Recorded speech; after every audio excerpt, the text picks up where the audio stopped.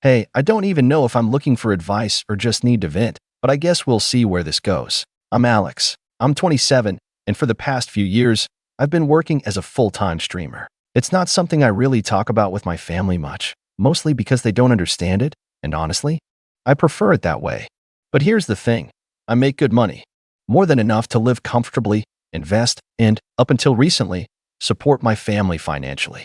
My parents were never rich, and growing up, things were always a little tight. My dad, let's call him Greg, worked an average office job and always complained about how real jobs don't pay enough. My mom stayed home, and my sister, Emily, well, she's a few years younger than me and still figuring life out. I don't blame her for that.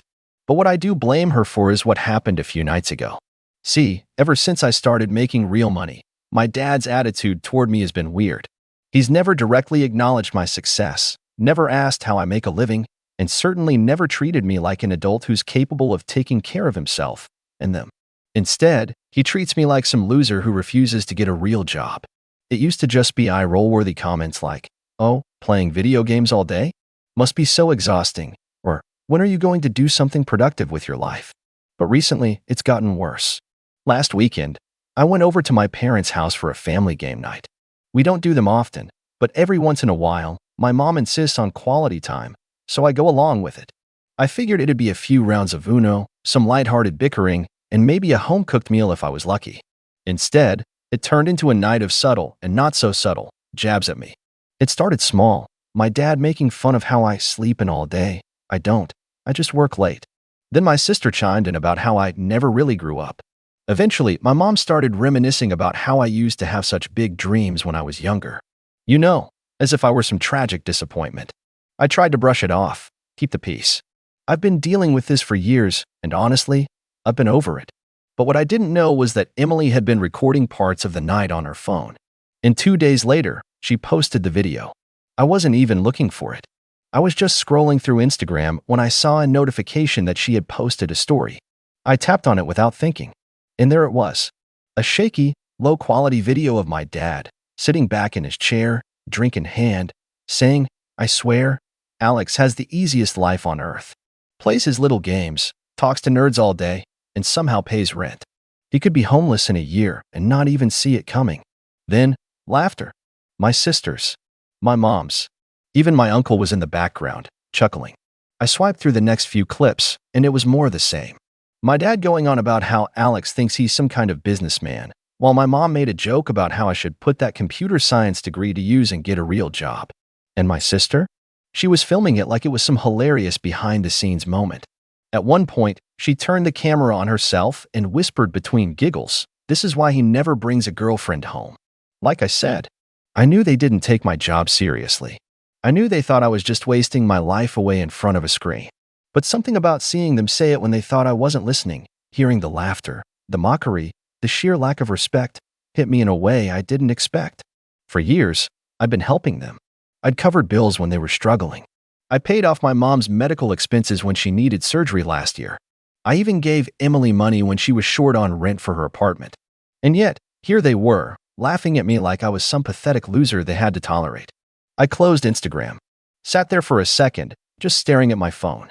And then, for the first time in years, I felt something shift inside me. Because if that's how they really saw me, maybe it was time to stop helping them. At first, my brain tried to make excuses for them. Maybe they were just joking. Maybe this was one of those moments where people say stupid things for the sake of family banter. Maybe I was overreacting. But the longer I thought about it, the more I realized, no. This wasn't just one offhand joke. This wasn't some harmless teasing between family members. This was contempt. A group of people I'd been supporting, in ways they probably didn't even realize, sitting around and laughing about how pathetic they thought I was. And the worst part? They meant it. You can tell when someone is joking. There's a certain energy to it, something lighthearted, something affectionate. But that video? That wasn't lighthearted. That was my dad sitting there, confidently tearing me down like it was the most natural thing in the world. That was my sister recording it because she thought it was entertaining. That was my mom chiming in, not to defend me, not to say, "Hey, maybe we shouldn't be trashing Alex like this," but to add to it. I felt something tighten in my chest.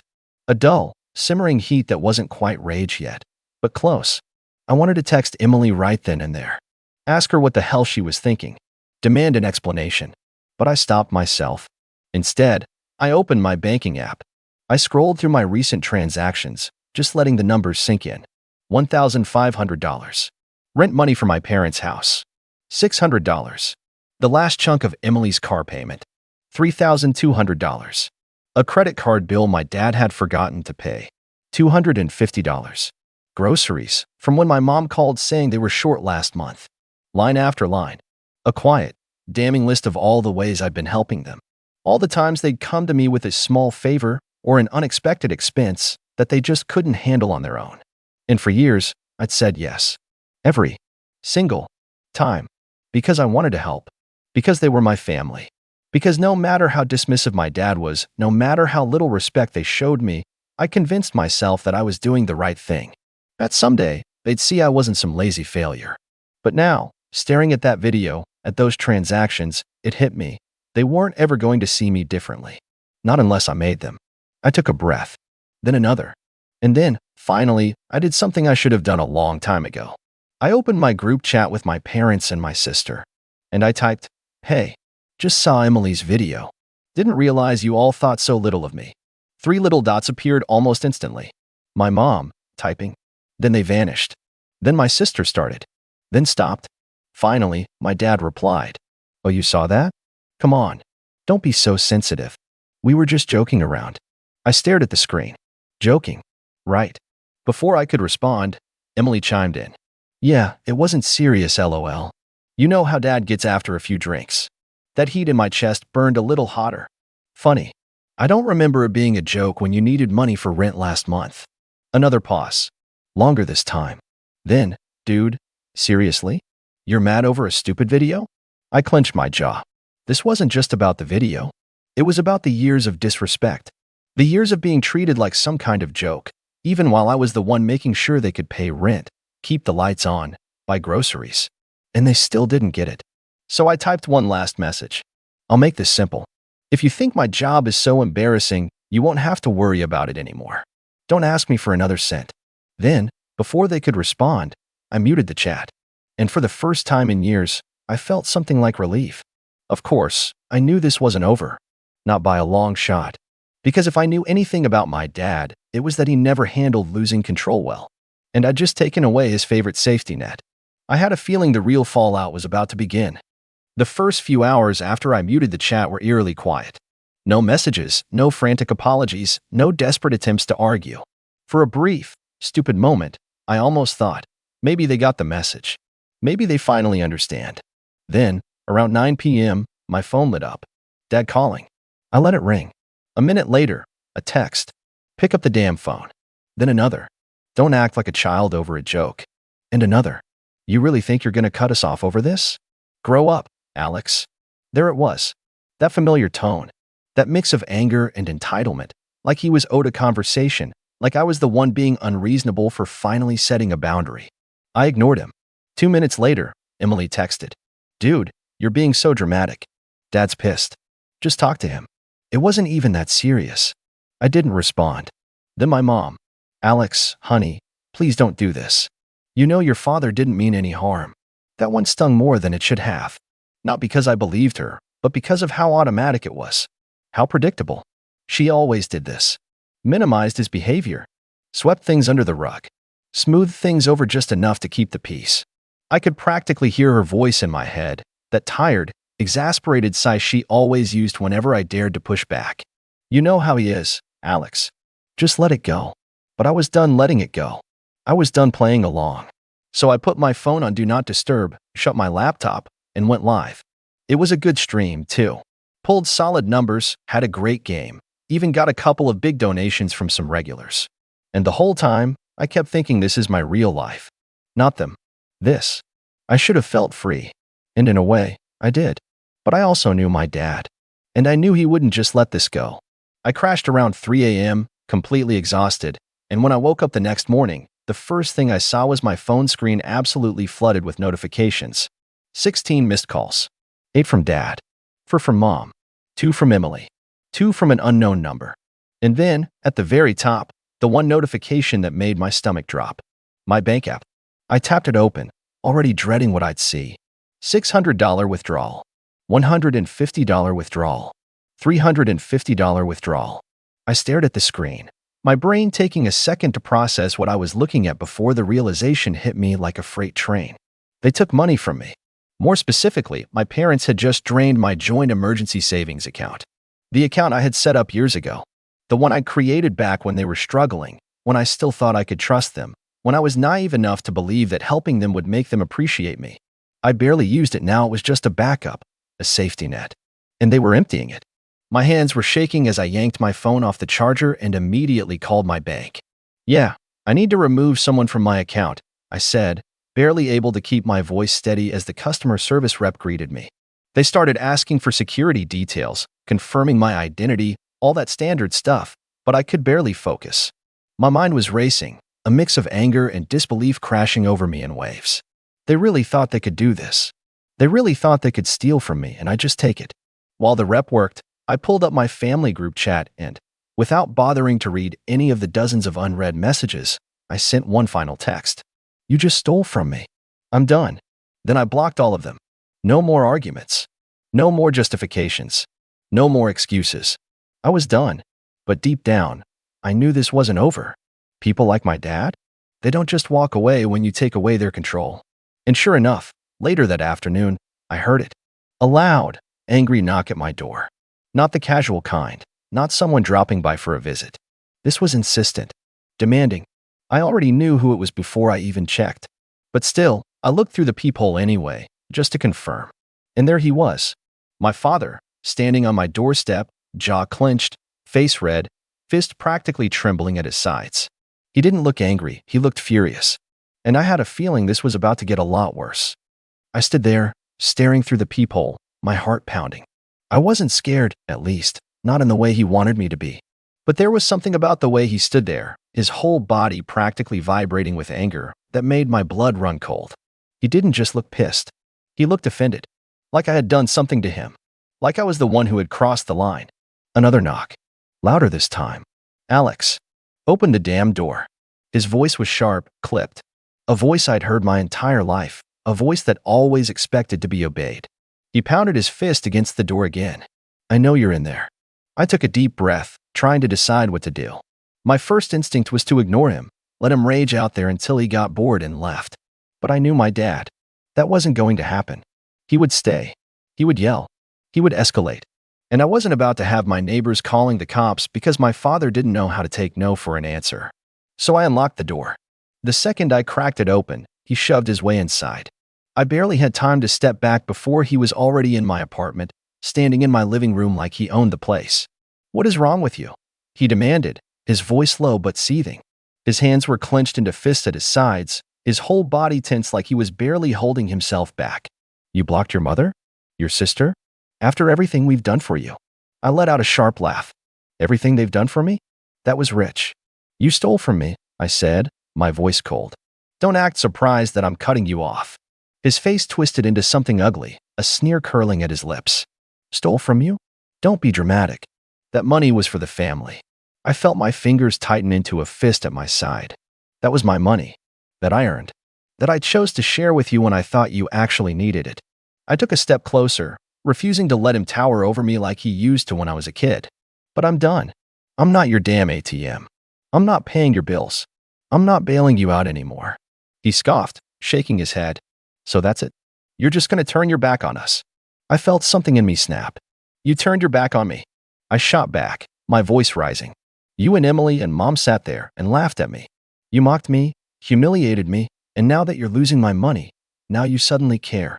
He rolled his eyes, letting out an exasperated sigh like I was the one being ridiculous. "Jesus, Alex, it was a joke. You're really going to throw a tantrum over that?" I couldn't help but laugh, sharp, bitter, incredulous. A joke. It was always a joke when it suited them. "Yeah? Funny how it wasn't a joke when you were taking my money, though. Funny how you never had a problem with my embarrassing career when it was paying your damn rent. That was when something changed." His expression flickered, just for a second, just long enough for me to see it, uncertainty. A crack in his armor. Like for the first time, it was actually registering how serious I was. But then, just as quickly, the anger was back. He stepped closer, jabbing a finger in my chest. You wouldn't have that money if it wasn't for us, he spat. We raised you. We supported you. You wouldn't be where you are if we hadn't busted our asses putting food on the table for you. I let out a breath, shaking my head. And I paid you back. 100 times over. I took care of you. I covered your bills. I gave you everything I could. And it was never enough for you. I locked eyes with him, my voice turning ice cold. But I'm done. You don't get to insult me, steal from me, and then waltz in here acting like I owe you something. For the first time since he barged in, he didn't have a response. He just stood there, breathing hard, his face twisted in rage. But I could see something else beneath it. Realization. Because deep down, I think he finally knew I wasn't bluffing. Then, just when I thought he might actually leave, his lips curled into a smirk. You think you're so damn successful, huh? His tone was mocking now, dripping with condescension. Think you're some big-shot internet star? I didn't say anything. I just crossed my arms and waited for him to get to his point. He let out a short, bitter laugh. You think this streaming thing is gonna last forever? You think you're set for life? Let me tell you something, kid, you're nothing. You're a joke. You think these people watching you online actually care about you? The second you stop being entertaining, the second some younger, better streamer comes along, you'll be forgotten. And when that happens, he spread his arms wide, giving me that patronizing, self-satisfied grin that used to make my stomach churn as a kid. You'll come crawling back, just like I knew you would. I just stared at him for a long moment. He really believed that. He needed to believe that. Because the alternative, that I was actually successful, that I was actually better off without them, was something his ego couldn't handle. So I smiled. A slow, knowing smile that made his smirk falter just slightly. You really think that, huh? I said, my voice almost amused. You really think I need you? I took a step closer, looking him dead in the eye. You have no idea how much money I make. And that was when I saw it. That flicker of something in his expression. Greed. Curiosity. Doubt. For the first time, he actually thought about it. And that was when I knew. He wasn't here to argue. He wasn't here to make me feel guilty. He was here because he thought he could still win. But he was about to learn he had already lost. For the first time in my life, I saw something I never thought I'd see on my father's face: hesitation. Doubt. He wanted to believe I was bluffing. He needed to believe that I was still the same kid he could manipulate, that my success was temporary, that at any moment I'd come crawling back, desperate for his approval. But he wasn't stupid.